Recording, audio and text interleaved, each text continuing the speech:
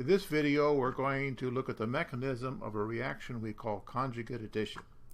This is a conjugated ketone. It has a double bond next to the carbonyl. We're going to do an addition of HBr to this molecule. Now, how would this work? Well, most all HBr reactions start the same. You protonate something. What would you protonate? In this case, you'd protonate the carbonyl. And that didn't work. Let me start over.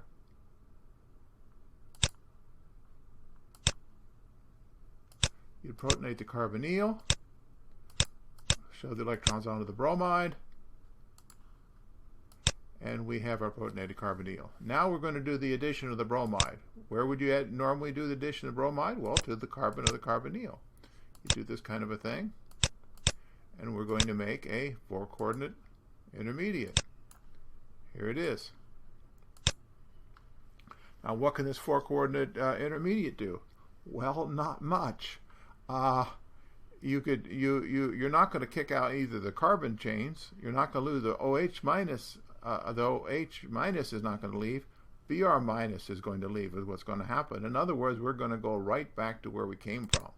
So I'm going to reform the carbonyl, and I'm going to kick out the bromide. That was a wasted step, because when we go down here, we're going to have exactly the same thing we started with. If I do it right. This here is this here. I mean, all we've done is go through a useless exercise of adding the bromide to the carbon of the carbonyl and then having it pop back off again. What we should have done is not add the bromide to this carbon, but to the carbon over here. We should have done a conjugate addition. So we add the bromide way over here, okay, and we can push this double bond toward the oxygen and take the oxygen double bond, push it out, make it a lone pair. Now, when we